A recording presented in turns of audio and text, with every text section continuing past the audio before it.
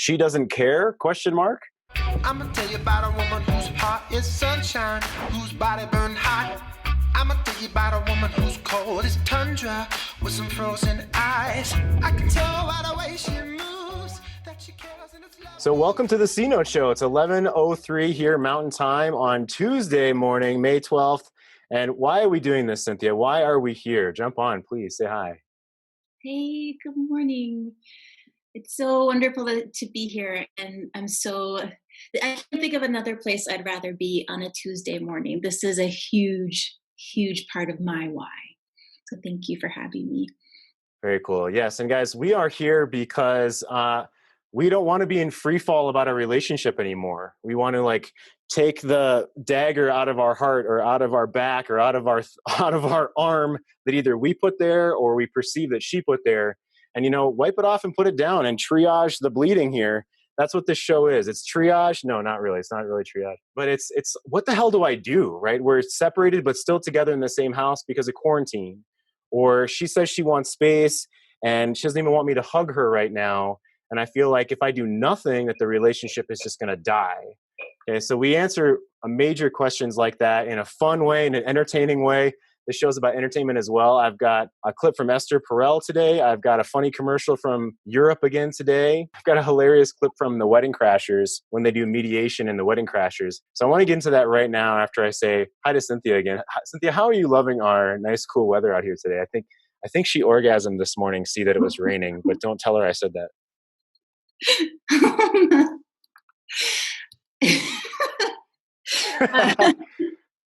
See, I told you. That's all. That's it. Okay, we're cutting away.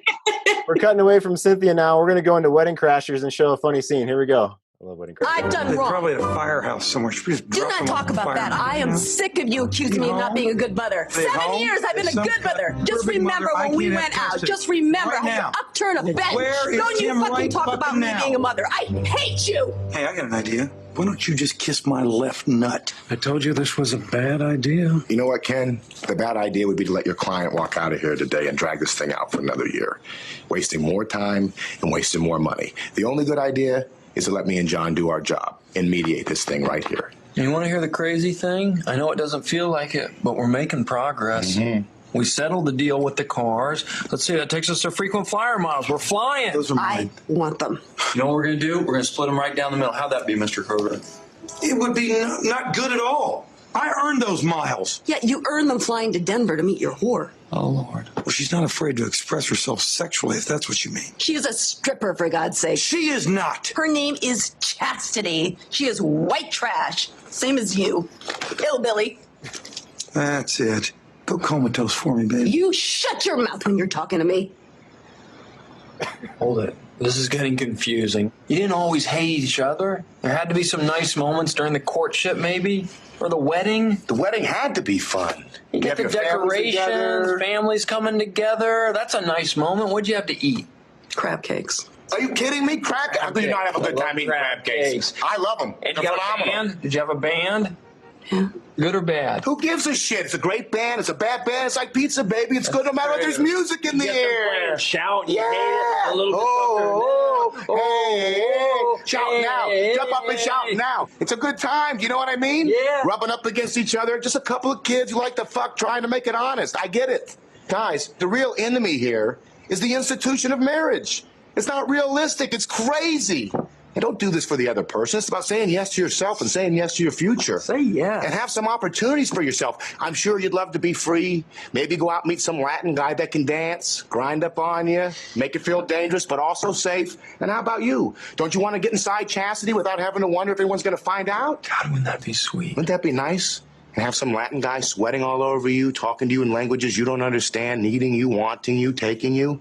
All we're trying to say is, put your swords away for a second. Let's finish this and let's move on. Get out there and get some strange ass. Could you give her a glass of water so she can take that?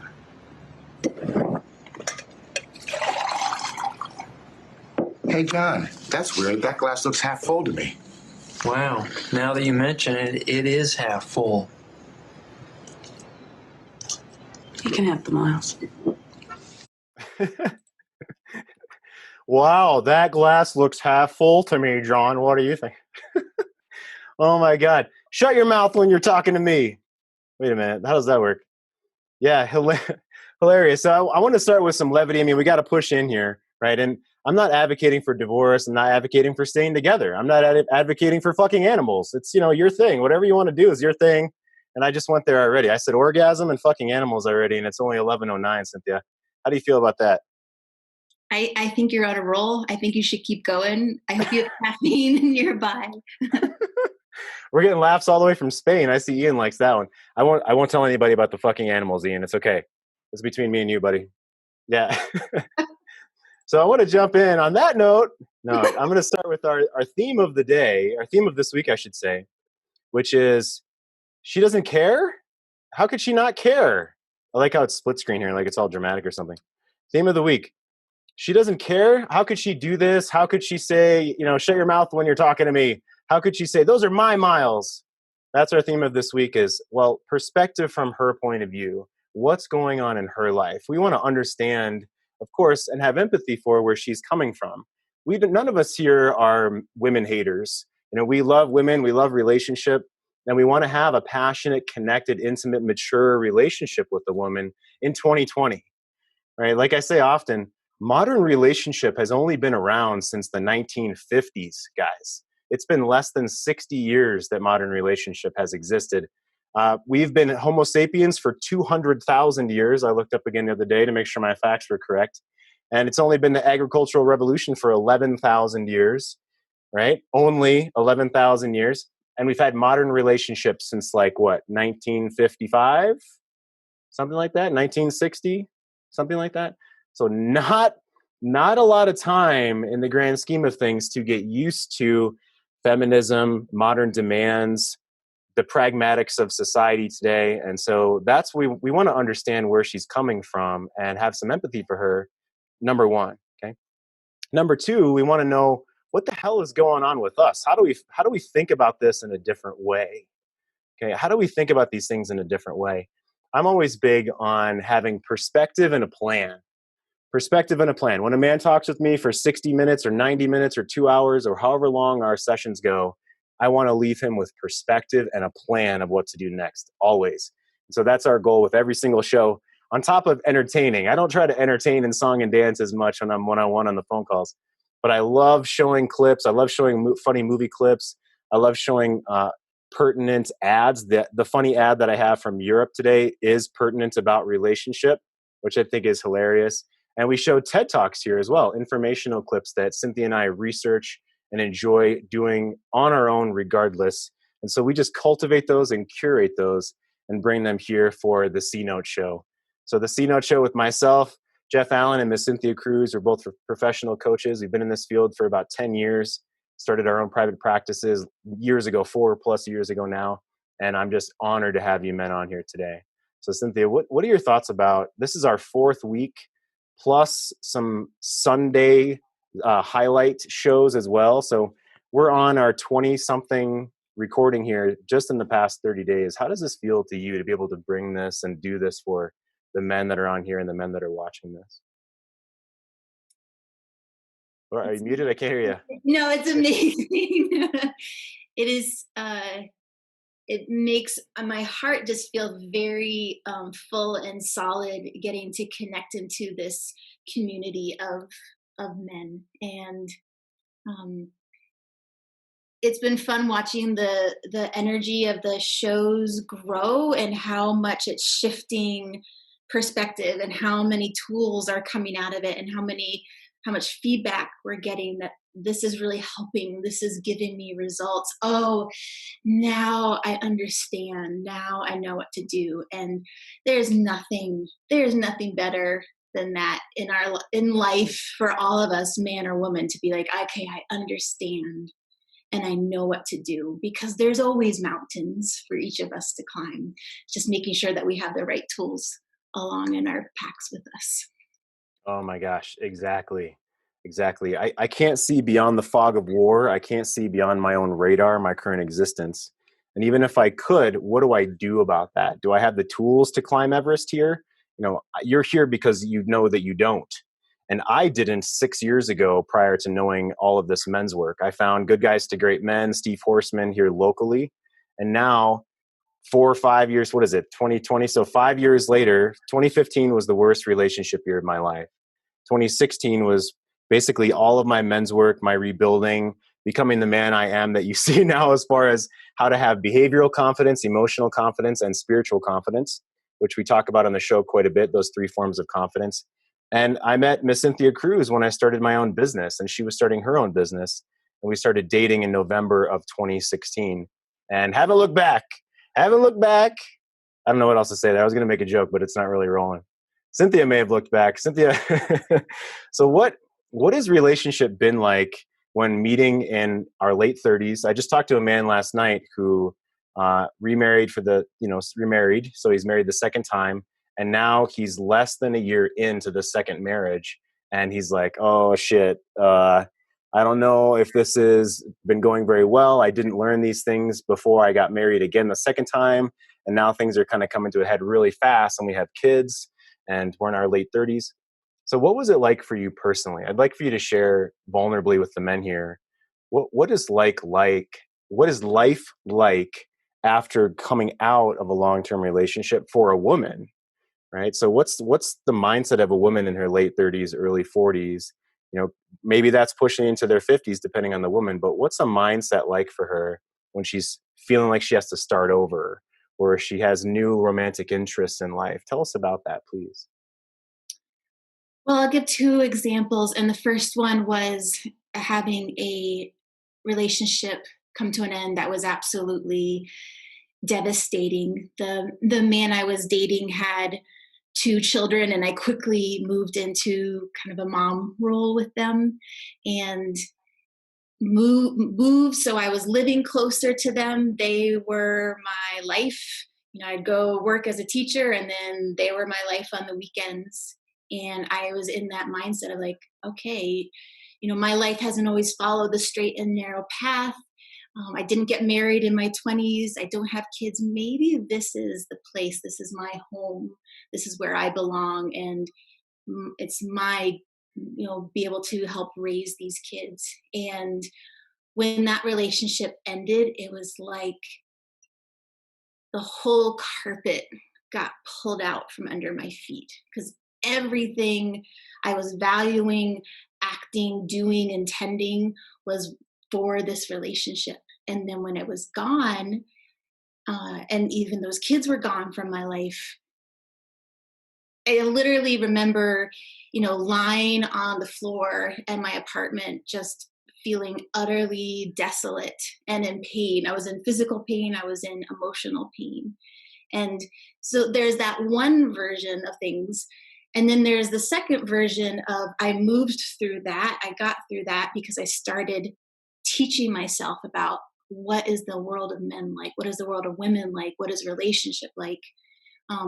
Fast forward to relationships in my late 30s that I was so clear about what I wanted in a relationship that when a relationship needed to end, it was sad, it was overwhelming, but I knew at the core of my being what I was worth and what me, Cynthia, I was wanting to give. And so that was a more powerful force in my ability to kind of go, okay, I learned so much from this relationship. And now I'm ready to step forward into what I know even better about myself now and what I want even more in a relationship. Oh my gosh, know myself even better now, know what I want now. I'm going to bounce into that here in a second. I think so many of us can relate to that, especially those of us who have kind of popped our head above water. We're no longer drowning in quicksand here. We've popped our head above the sand. A man next to us has thrown us a lifeline, and we're starting to pull ourselves out. And whether you're doing that through books or forums or one-on-one coaching or watching videos, fucking A, good on you for being here. So I want to honor you for being here. We appreciate you. And you're sending ripples into your family and into the world, and that's so phenomenal. So Cynthia, knowing yourself, I want to share, so our question of today is basically, when do I call it quits? Or, so here's the actual question. We continued this from yesterday's show. I'm about 60% ready to be done. I tell her how important connection and sex is to me in our relationship. She just says nothing. I practice all the time, small touches, leaving her notes, etc. When can I say enough is enough? When can I say enough is enough? Well, we're not here to give you a game plan on, okay, now you can feel good on leaving and saying enough is enough. You will know that through this work by having behavioral, emotional, and spiritual confidence in who you are as a man. There's you, there's her, and there's the relationship. Okay. You'll have confidence in those three areas for yourself, and you'll have confidence in those three areas of how you're being in relationship. Okay, so behavioral is the skills. What do I do? What do I say? How do I act? How do I be? Okay. Emotional is, can I stand in her emotional storm and still be congruent with the man that I want to be? Can I bring to her vulnerability and springboard up off the bottom of the pool with a plan and a positive vision, like we teach on the show and like we have taught in our tools and past shows? And spiritually, do I know where I'm going? Is my compass pointed in the direction that I want to be going in life? Either, spiritually as far as religious wise, or spiritually, I mean, in what's my goal over the next 10 minutes, over the next 10 months, over the next 10 years? I mean, my goal over the next 45 minutes here is to kick ass for you guys, be present, show you my work, and help you bring your head above the quicksand there. Okay? So Cynthia, our question is, when can I say enough is enough? With our theme of this week of, it doesn't seem like she cares. So if I say to you, the start of John's story, okay, and John right now, like many men, are doing what we call a man's is it worth it calculation. Okay, is it worth it calculation? Do I do this work? Do I just leave now? How long do I want to, quote, wait? How much work should I be putting in? How do I even approach this? Fuck, is this even worth it? Okay, so with John's story, he came to me completely just drowning, feeling like he needed to fix everything. He thought he was one relationship or one conversation away, I should say, from fixing the relationship. If I just have one more conversation, if I can just alleviate my stress, if I can just get her to tell me that we're okay, right, then everything will be fine. But guess what? That hasn't been working. So he's drowning in so many options and thoughts that he's doing the is this worth it calculation as a man. So when a man comes to you like that, using this tool here, I'll bring it up again. How do you as a professional coach start to walk that man forward in the world? So I would say, first of all, it is okay to be considering whether it's worth it. And it's okay to even have a deadline and a container around how long am I going to put work into this relationship, and when is enough? There's a gentleman I've had the honor of working with, and he set himself like a 6-month timeline. And this whole time along, he was kept asking, okay, when can I have the conversation with my wife that says, hey, if things don't change, I'm gonna really need to reconsider our relationship. And I asked him first to really get clear about what he is wanting in relationship. Because when we own with such definition what we are wanting in terms of connection, impact, significance, adventure in relationship and in our lives, we have a space with us where we're not so attached to what someone else can do or won't do. And so that first step is to really look at the basic needs of a human being, which includes what makes you excited, which includes what makes you feel safe in relationship. And write down, I want to experience this in relationship. I want to do this. I want to feel this. And you've hit the nail on the head on those when it brings you an element of excitement. Now, I say that, and I also want to be humble to the fact of when we're losing we're struggling with someone in our lives to really connect to what we're wanting, and they're consistently not doing that, it can be a painful realization. Yeah, it certainly can be. I felt like I was in free fall waiting for the nightmare to end. You know, I was beyond pain. It was just like numb apathy, free fall. This is a fucking nightmare. What's going on? I'm just able to get myself up in the morning and go to work and not cry in the bathroom at work. Okay, that was me in 2015. And so I want to call out some men here that are awesome regulars, and I want you guys to raise your hand. Anyone that's in a spot where you want to either share or ask a question, or if you're in the spot where you're wondering, do I put a timeline on this, or how long do I go forward learning and being the man that I want to be here? Okay, growing my behavioral, my emotional, and my spiritual confidence. And when do I make some kind of decision, and how do I do that? That would be a phenomenal question for today. So raise your hand in the participant section or post a question in chat, and we'd love to bounce it off you. So let me go back to, so John's story.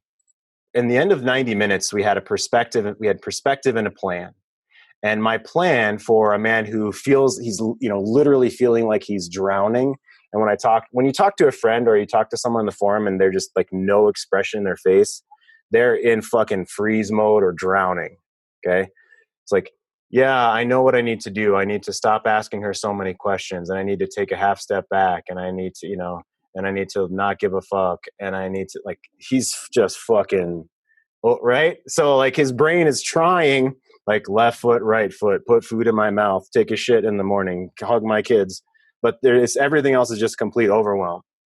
So what I do for that man, and I see you raise your hand, so I'll give me 15 seconds, and I'd love to call on you. So what I do for that man is to slow things down. Okay, it's like he expects to read a Harry Potter novel in 5 minutes. It's like, oh my God, I'm supposed to read every chapter and every word of this book in 5 minutes. There's no fucking way that's going to happen. And we zoom it way back to, all you need to do is read the first page. Okay, all you need to do is read the first page in the next day. And that's it. Okay. And the first page of this work is, I need to take a step back for my own self. I'm taking some time for myself. So if she's like, what's going on? You're trying to fix it, blah, blah, blah. It's okay. This week, my goal is to take some time for myself, to breathe, to go for a walk outside, to journal. One of the things I do is have men just shoot me emails every day for the first week. So to breathe for myself. I don't need to do anything more than that this week. So Ian, yeah, please, can you unmute yourself and jump in? Yes, Jeff. Listen, I just wanted to jump in. I'm here with, I've got a friend of mine who's been with me through this journey that I've been on and the past 4 or 5 months, and he's here with listening in, and he wanted to have a quick introduction. And he himself has been through, I mean, he's older than me, but he's been through a divorce, a second marriage, and the like, and he's in a sense helping me getting through this. And he wanted just to get online, if that's okay. Yeah, please say hello. Yeah, can I pass you over? Yeah. Hi, Jeff. Hey, phenomenal. Thanks for coming on the show. What's your name? Fraser. Fraser?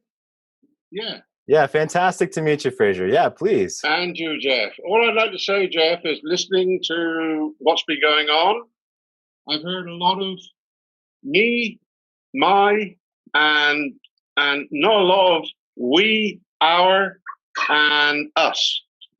And you're talking about when it happens is the break. And I think the break is very, very, well, not very simple. It's not, nothing of this is simple.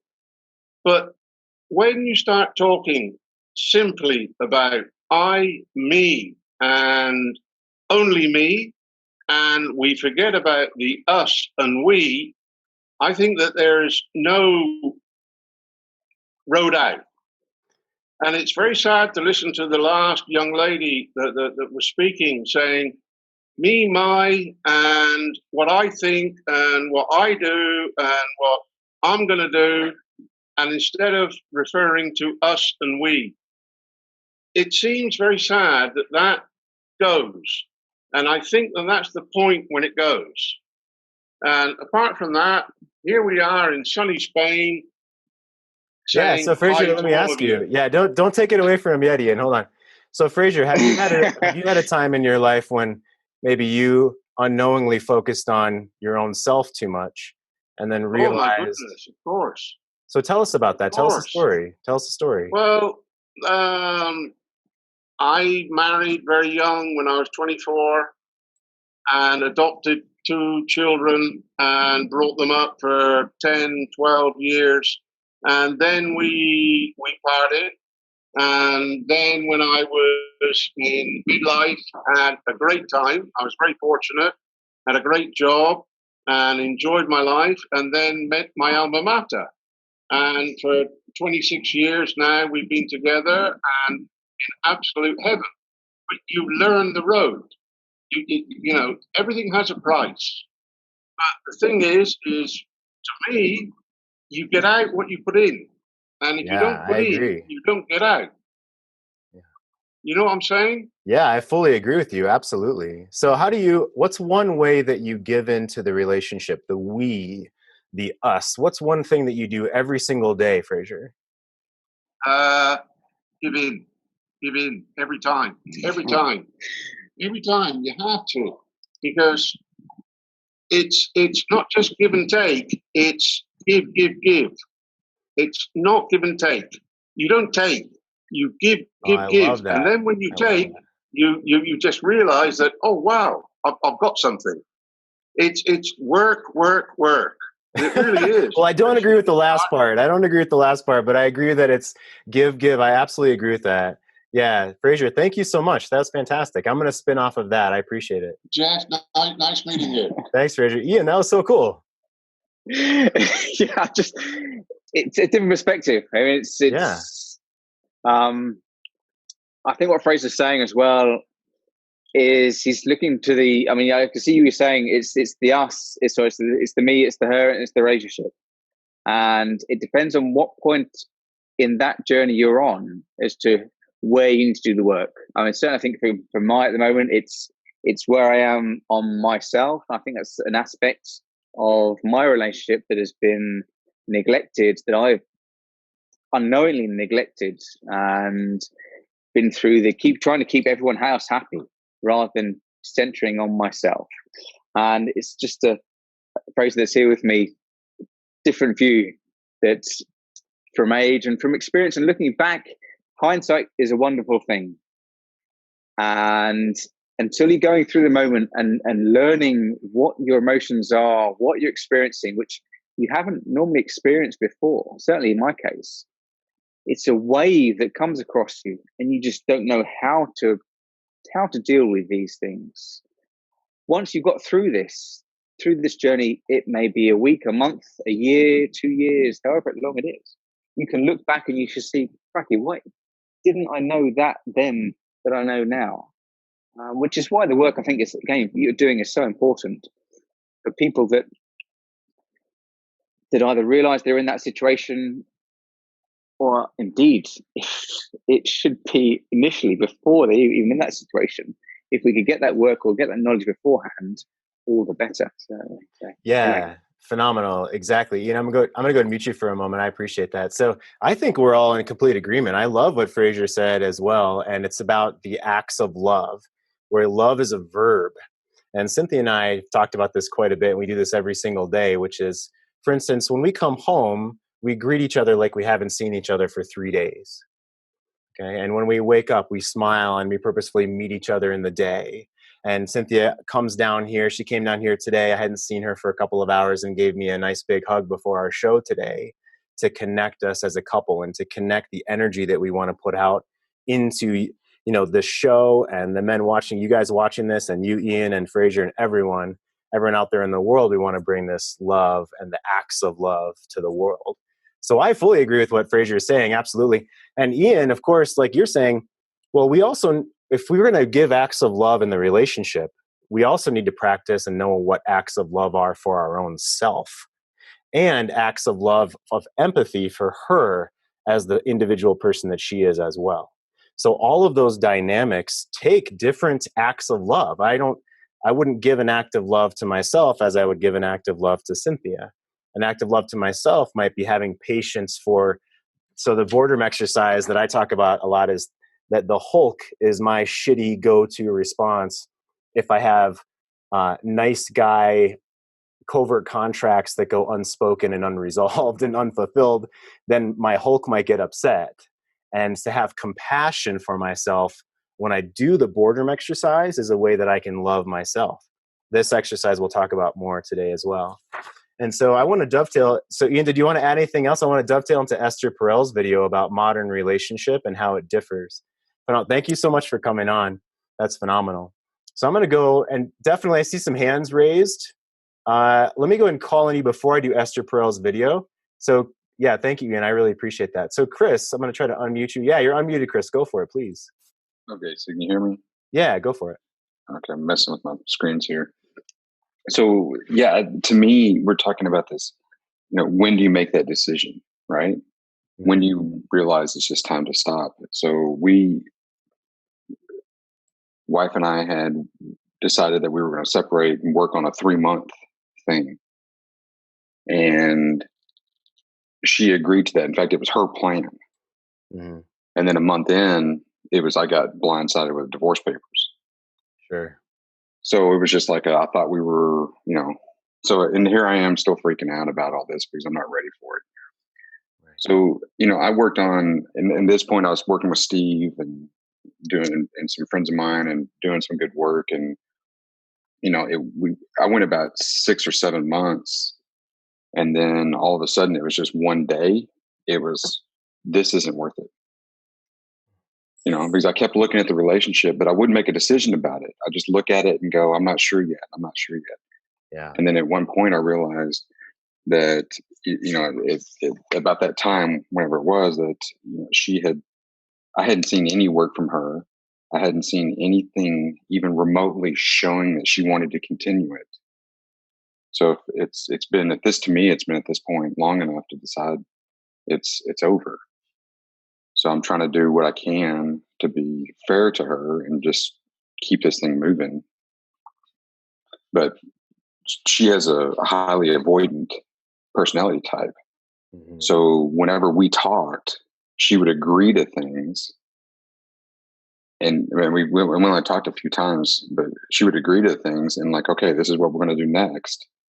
And then the next day she would pull back and say, no, I'm not going to do that. And then not talk to me for a month about any of it. Yeah. Stonewalling is one of the 4 horsemen of divorce apocalypse, right? From John Gottman. Right. So when I realized that, at some point you got to make that decision of, I need to walk away, from me, but to release her, just let her go do her thing, whatever that is. Yeah, Chris, I want to ask Cynthia to jump in here and give her feedback on that situation. And I'll ask you as well. How did you know for your own self that you were ready? You said all of a sudden it sort of hit you one day. So I'm going to bounce it to Cynthia, and then I have that question in the air for you, Chris. Go ahead, Cynthia, please. Sure. Chris, I was really moved by what you said, like to release her. And I truly believe that, and I've said this before, that we end up with people, we're there as soulmates in each other's lives for a very important reason. And no matter what has gone down or no matter what has been hurt, we're there kind of championing them into their best life. And if that means that people are together and then they've learned from that and they move on and go their separate ways to give out more love, to be bigger and better themselves, that is amazing. If that means that people stay together and work through and become bigger and better as a unit, I think that's wonderful as well. So regardless of if you're feeling like, oh gosh, this was, a really helpful thing for me, I truly honor the deep wisdom and connection you have to wanting someone to have their best life, because that then tells me if you can want that for someone else, that you want that for yourself too. Yeah, Chris, go ahead. Do you have some thoughts from what Cynthia said about honoring your own self and how to move forward in the world like that? Not really. Okay. So thank you, Cynthia. I appreciate that. I fully agree, of course, with what Cynthia said. We have different paths we need to walk. So, Chris, how did you know for your own self when you were ready? It was just, I was working on paperwork for the divorce stuff. And it was just one of those days. It's like, all right, well, I'm not seeing anything from her, and I'm not going to continue to live this way. And it was, part of it was just, all right, it's, when you see zero effect, if she had been putting in effort, or I'd seen something, or at least even as saying this, I've had seen emotion from her. I literally have not seen emotion from her, talked to her hardly ever. We text every now and then, basically about the kids, and a little bit about the divorce stuff, but that's it. And so when I'd ask a question and there's no response, then that point came up, and I just said, okay, and then I'll make this a little easier on both of us. Part of it was just me saying, I'm tired of just sitting and waiting for something to happen, and going, okay, I'm gonna drive now and just do the things that I need to do so that I can move on too. Okay, yeah, I love the last sentiment that you said there. It's time for me to drive, time for me to grab a hold of the wheel and steer toward the future that I want. Is that fair to say, Chris? Yes. Beautiful. So if you don't mind me asking, what do you think is a roadblock in your way right now? Is there any dragon that you haven't faced, or something you want to just put out there right now of what you're attacking next, or what you have in your way right now? With me? Yeah. Or, so I felt like in this journey of learning this new self, that I ended up at this plateau. And I know these happen. You have these exponential growth days, weeks, and then you hit a plateau for a while. And I've been kind of stuck on that plateau. And I think over time, I feel like that I'm falling back down, even though a mentor friend of mine tells me, no, you're actually still growing. The problem is you're not putting up with as much as you used to put up with yourself. So that as that bar comes down, you think you're getting closer to it, and you're like, no, actually, you're getting better and better every day. Does that make sense? Well, are you saying that you had too high expectations of your own self, or thinking that you could control things that are really outside of your control, and now you're being more realistic by bringing the bar, quote, down to a realistic level? Is that what you mean? Well, that too. What I meant was the amount of crap I was willing to put up with, either with myself or with her, that when I would say, okay, I'm getting close to the boiling point where I can't take this anymore. So as that bar comes down to say, I'm not really going to put up with this type of stuff, I think that I'm regressing and things are getting bad. But the reality is things are actually getting better, and I'm just not accepting it. So when that point comes, it's not a Hulk moment. It's just we need to sit down and talk moment. Yeah. Talk with your own self or with her? You mean yourself? Well, self, and a little generalistically, the same thing with the girls. I've been a little short tempered with them lately, but it's, the reality is that mood worse than it was 6 months ago? No, it's still better, but I can recognize it a lot sooner. So what makes you feel that's when like I think I'm kind of regressing, but that's what I mean. What makes you feel like you're regressing? Be specific for me. What makes you feel like you're regressing? It was hard to tell whether or not I'm losing my temper because I'm having anger, or losing touch of my emotion, or if I've put a nut down and said, no, I'm not going to put up with this. And so I'm wavering between which one is it. That's okay. So I love what you said. So what I'm hearing is there's a difference between the behavioral confidence of knowing what to do, like defining a nut. That's an act I can write down and decide and make a declaration about. And then there's the emotional confidence of well, how do I uphold that nut? How do I uphold that boundary, whether it's with myself or with another person? So those are two different things that I want to break out for you, I think will help. And spiritually, the question is, well, what do you want next for your own self? And those may be rhetorical questions right now, or things for you to go away and, think about and do as homework. But let me ask you, Chris, so what's one declaration that you've made recently that is a nut for you that you're no longer going to accept again, either within yourself or within relationship? What's one declaration that you've made? Recently, or just one over? I mean, is recent like short term? Recent than 6 months? Well, yeah, one that you now move your life around. In other words, one that is so important to you that you're never going to go back on again. This anger thing. I'm not going to lose my control, or not going to lose. I've got to keep my emotions in check. Good. And how will you do that? Usually, it's just by not taking it personal. I always thought it was just them. It was some kind of attack mechanism, and it wasn't. It was about me, but the reality it wasn't. Gotcha. I was going to say, so what's the positive way to put that? Her upset or another person's upset isn't necessarily about me, and I'm not going to let it throw me off my center as a man. Right. Okay, good. So you say that for me in the positive way, something like that. Use your own words. Her upset. So her upset doesn't drive my mood. It doesn't upset my mood. Because I'm a man who what? Because I'm a man that can stay self-centered. Yeah, stay centered. And yeah, Frasier would be like, "You asshole, you self-centered asshole." No, just joking, just joking. I know what you mean. So stay centered in yourself, right? Stay grounded in your own self. Yeah. Yes. Love it. I love it, Chris. Thank you for coming on, brother. I really appreciate it. Love to have you here. Thank you. Thank you so much. So I want to call out again, I love you guys being here. I think Jason has to run. Everyone who's a regular here, and you know who you are. Andy, Brett, Dennis is here again. Hussein, good to see you. I'm going to talk with Hussein today. Ian's here. Kent, Pat. We got a couple different Pats on here. Randy again, Rob, Todd, Walters. Love you guys from all over the world. Phenomenal.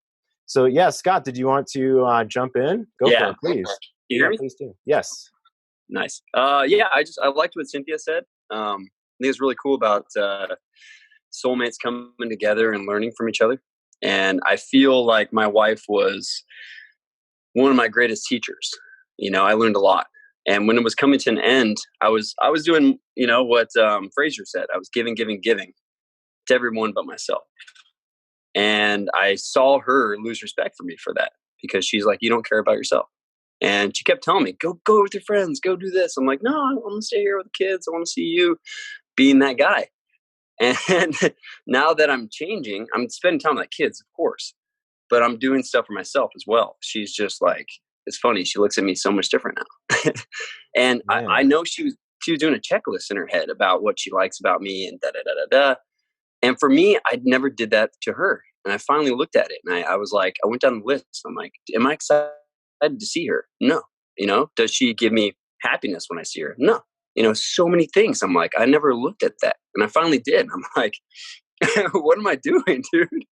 And it felt so good, But I think she taught me so much, man. And she's completely opposite of me too. So that's where I learned a lot too. And I bless the relationship. I bless everything that happened and my boys. So that's just kind of a word vomit for you. Yeah, no, I love that, Scott, and I relate to that also. In that I had a man that I respect who's in the communities. Sven is his pen name. You guys know Sven Masterson out there. That's not his real name, and I won't spoil it for everybody out there. So Sven asked me, would I redo the hell of my relationship with my ex, to know where I have come now, with the amazing relationship I have with Cynthia right now, with the influence that I have in the world and in my own business as well. Would I redo the pain that I went through? And I said, as long as I found this work, as long as I could repeat finding this path, looking for other men to stand shoulder to shoulder with, then fuck yes, absolutely. Absolutely I would. And Yeah, it's funny, Cynthia. Cynthia, I ask specifically for your feedback from a woman's point of view, and the men on here really appreciate that, right? And so, let me ask you, in relationship, in this point, how do you feel? What are the acts of love on a daily basis, like Frazier was saying, that we want to give into the relationship, even if things aren't going very well right now? Okay, even if she doesn't want to hug, even if she doesn't really want much affection from us, what are the first stairs of intimacy that we all should be, because we want to be good people. We're good men here. If you're here doing this research and wanting to better yourself, you're an amazing man, an open-hearted man. So what is it that all of us can do, even if she's really not wanting to give? What can we do as a man to still foster love in the relationship? Thank you for that question. It is, it begins with just even looking at the person in your life with high regard, with taking a moment in the kitchen or in the bedroom just to see her with, kindness in your heart. Even with, and it could be very painful to do this, or it could be your like stick in the sand of what you're willing to move your relationship forward to, holding a vision in your mind of where you want to go with this person in your life, or holding a memory in your mind of a time when you both were in joy and excitement and fun together. That is huge. Everyone here is very aware, perceptive, intuitive, gut knowing.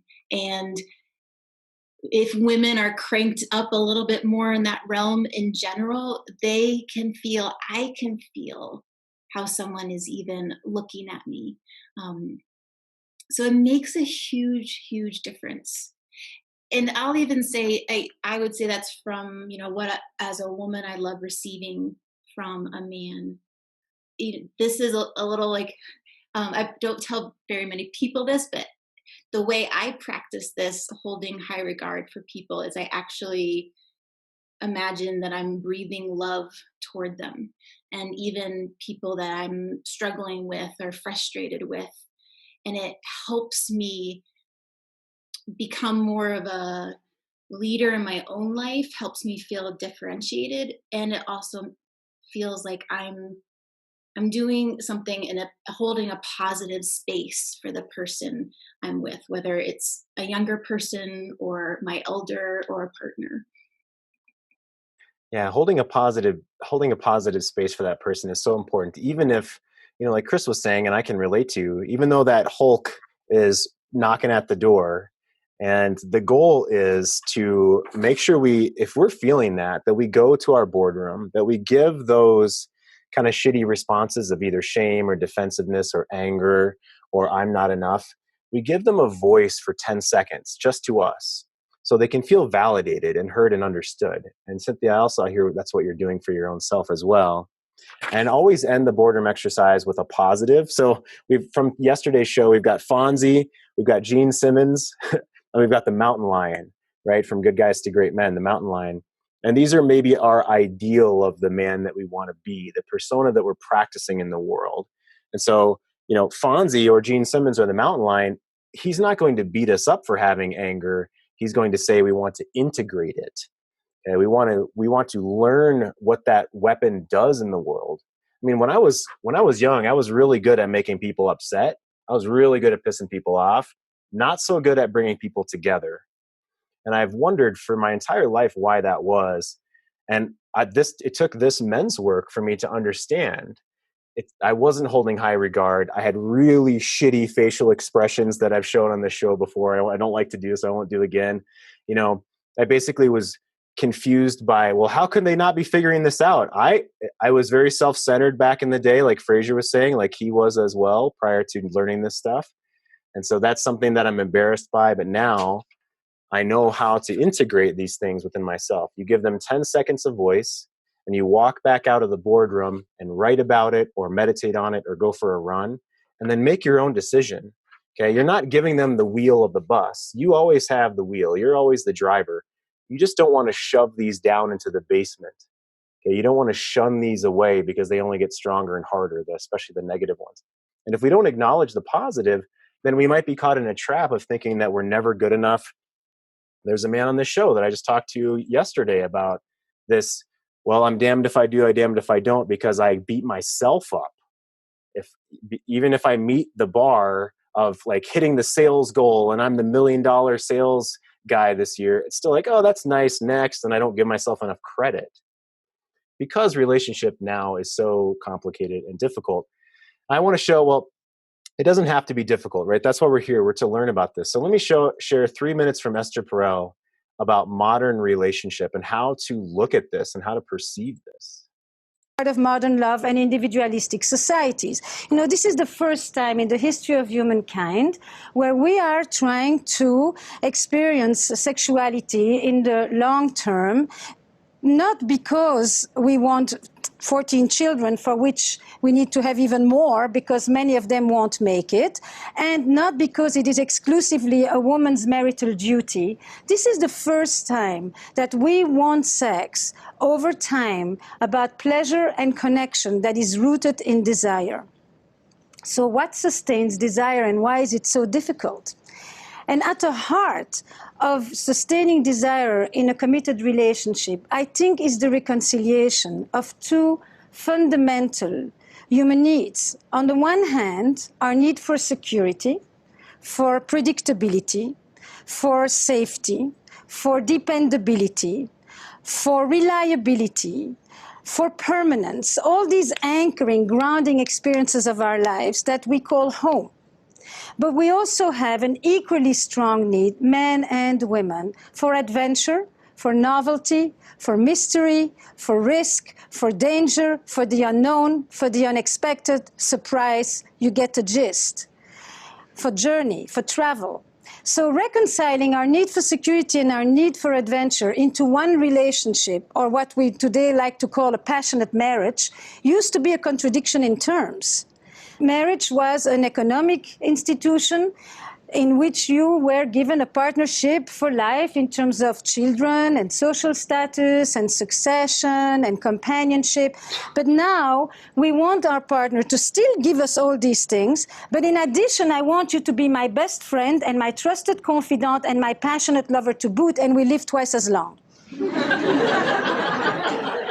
So we come to one person, and we basically are asking them to give us what once an entire village used to provide.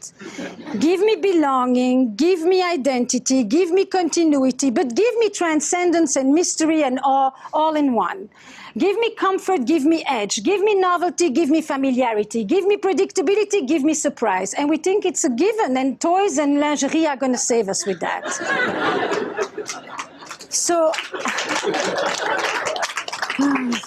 So now we get to the existential reality of this story, right?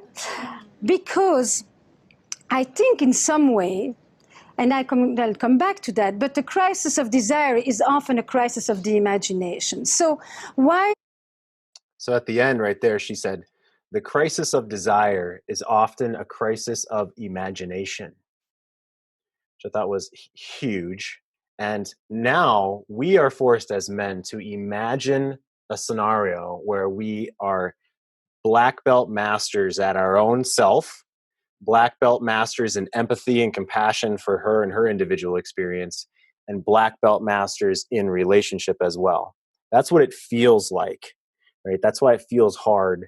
And we want to simplify this down. That's one of the goals of this show, is to give you the skills and the facts, to give you the perspective and the tools and a plan of how to move forward. So Cynthia, give me some feedback from a woman's point of view, from your point of view as a woman. Please give us some feedback. Do you think women understand what men feel like we're faced with in modern relationship right now? Do you think women, on the whole, I mean, this is a whole other show, right? As far as, well, it depends on the woman, right? But what's the narrative that you're feeling out there as far as women understanding what a good man, what the 1% man, what the 5% man who's here watching this, wanting to be better? Okay. Do you think that she fully understands kind of what we're faced with nowadays? And just be honest, I'm not sure what you're going to say.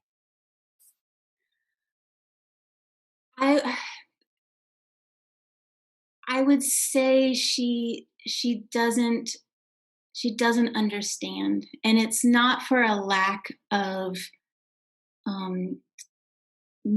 wanting. I mean, you can just Google how do I understand my man, pick up any book, like so many books about helping women understand men.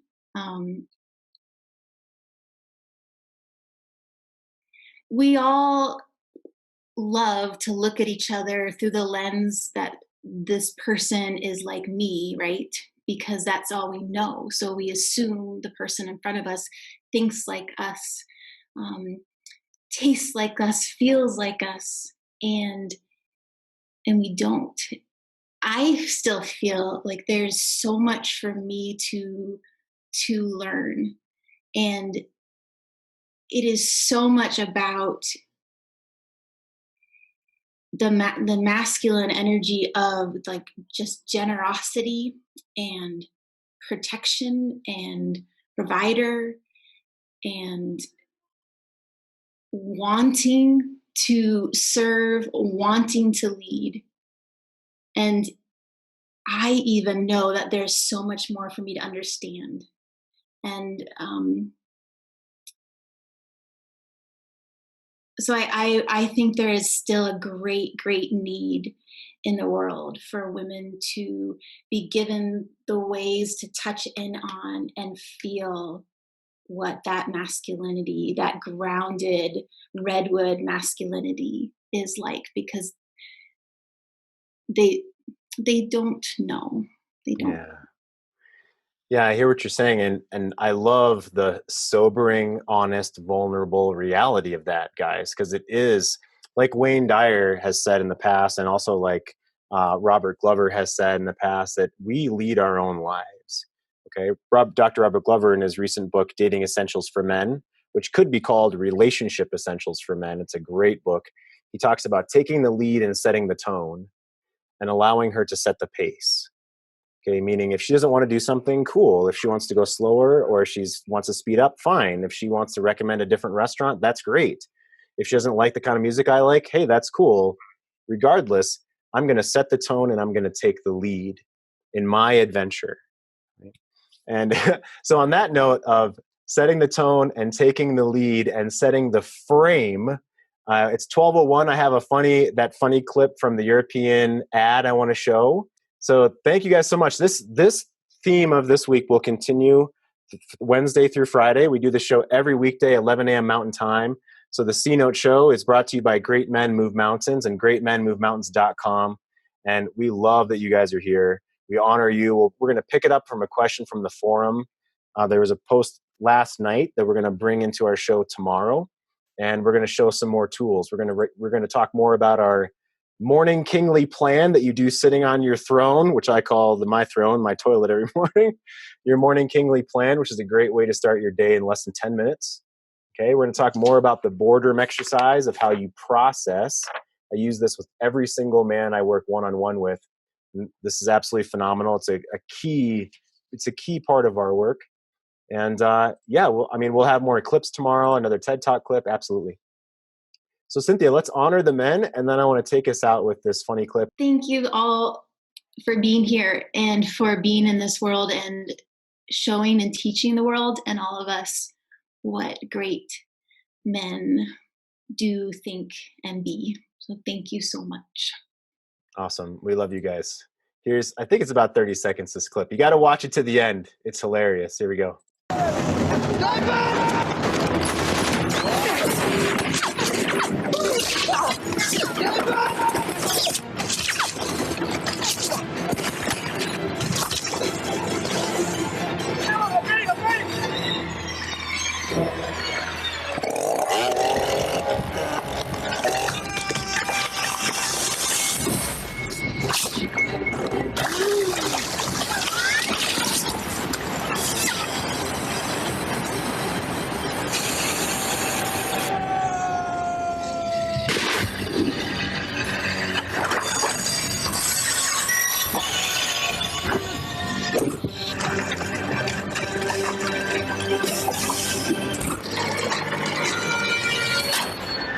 réagir, j'étais embarqué dans un camion de livraison. Et voilà comment j'atterris ici. Ah, c'est incroyable, hein. Hein, t'entends ça, chérie? Oui, c'est fou. Okay. Oh, I know. If we can't make fun of it, then what the fuck are we here for, guys, right? If we can't smile and laugh about terrible shit in life, then what are we doing here? That's what I do. I fucking mash up some terrible stuff with some hilarity. Oh, I love it. Yeah, we've got so many thank yous, Cynthia. Great show. Thank you. Fabulous show. Thank you, Cynthia. You guys are phenomenal. Cynthia, let's say goodbye one more time. Oh, yay! I'm excited about that. Thank you so very much. And I really look forward to seeing you through the rest of this week. Awesome, guys. Thank you so much. Have a good rest of your day. Whose heart is sunshine, whose body burn hot. I'ma tell you about a woman who's cold as tundra with some frozen eyes. I can tell by the way she moves that she cares and it's lovely.